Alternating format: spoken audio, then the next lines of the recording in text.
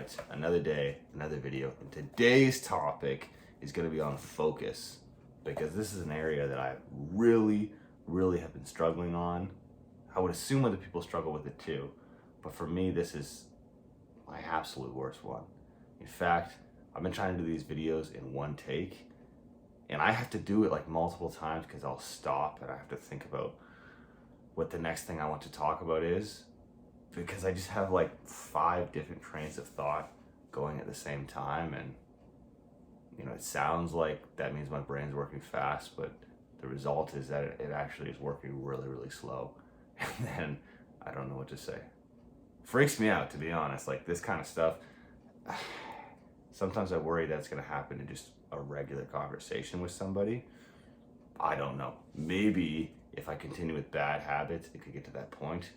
Anyway, I've implemented good habits before, and I've actually had it work out pretty well. And I've seen some pretty serious success, in the sense of like, I mean, just to put an arbitrary number to it, I would say I felt 30 to 35% more focused after implementing some good habits and actually maintaining them for, I think I had it going for 5 months there, even last time.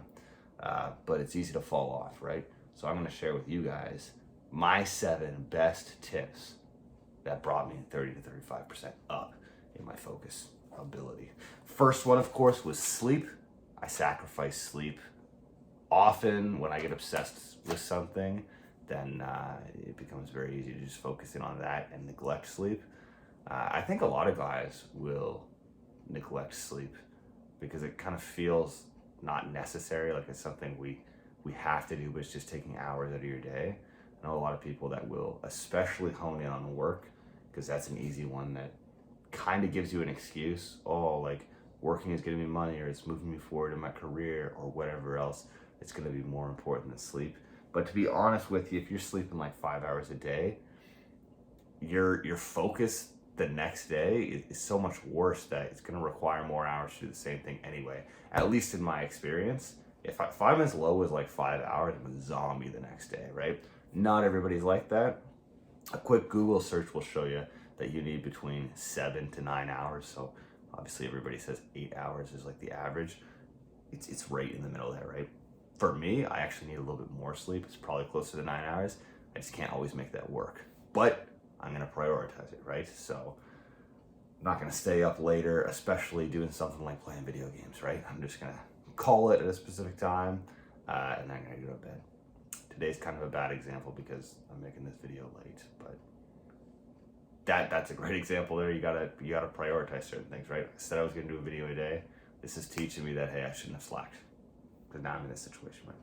Anyway, next one popping up, decrease the time on phone right before bed, right? So 30 minutes prior to bed, that blue light is going to be messing with you, and you get a lot of stimulation from your phone, whether it's just the blue light or whether it's whatever you're doing on your phone, right? TikTok would be a great example. That's just like speeding your brain up. It's making it work, and that's actually going to take away that alertness that you have at night. Is taking away from your alertness the next day, right? So it's an issue. You got to put that thing down even a half hour before you go to bed. So that's what I'm trying to do. As soon as I'm doing this video, phone's going off, right? Next up, very similar. It's just decrease time on phone across the board. So I would say I put especially the mornings on here as well. So for me, the last thing really that I see before I fall asleep lately has been my phone. And the first thing in the morning, my alarm's on my phone, turn it off, grab my phone, go about my business, right? That's crazy, because really it's too much of a dopamine rush, and it doesn't really allow me to think for myself at all, right? Like for me, like one thing I'm obsessed with is actually YouTube.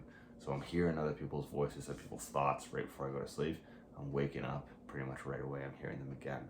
So when am I listening to my own thoughts? That's an issue. And there's gonna be other points later on. I know a lot of people talk about meditation and stuff like that. It's great. It's actually one of my points later on in the video as well. But there needs to just be time in a regular day that you didn't even have to set aside to listen to your own thoughts. You should just be put in a position where you already need to listen to your own thoughts, right? You already don't have another voice running in the background. I don't know if I'm explaining that properly, but I mean, for me, like I said, it feels like there's already 5 trains of thoughts going on in my head. And sometimes the only way to kind of calm that down is to have one other voice going, which is going to be like a YouTube video or something. Honestly, like, better that I train myself. I start actually trying to figure out how to focus in on any one channel, I guess. Hopefully this is making sense.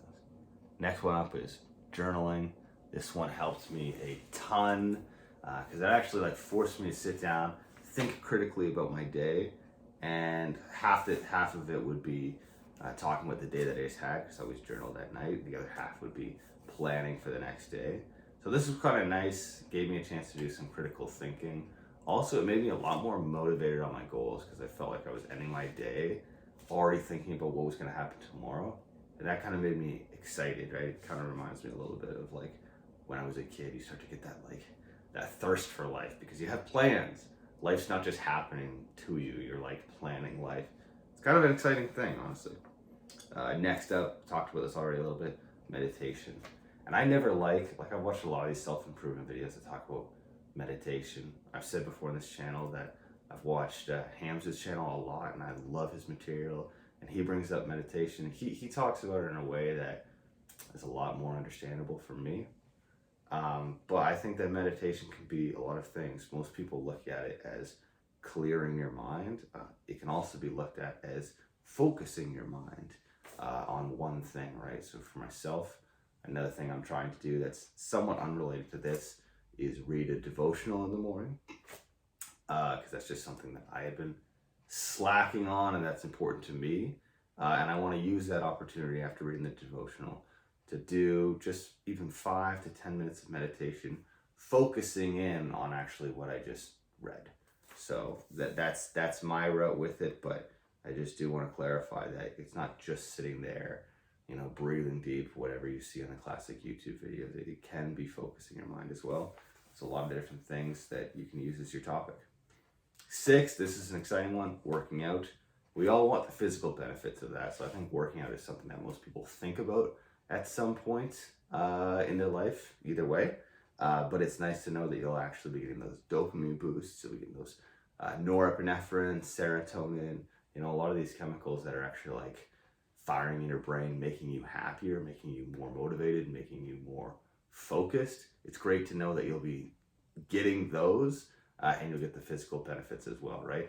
I used to always look at it as, you have your meatheads over here, right? Just strong guys are here, smart guys are here, there's no crossover. That's not the case at all, right?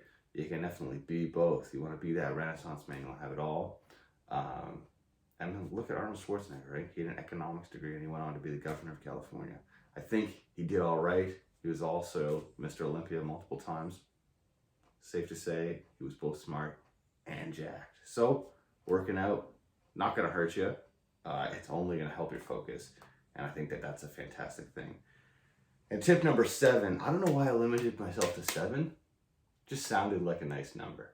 But I had 2 ideas in mind. One was going to be reading, because I do think it's a good practice, and one that I probably will implement, but I just won't be as strict on, because I don't want to overload myself right now. But one that I'm definitely going to utilize, so this is going to be my official number 7, is going to be walks.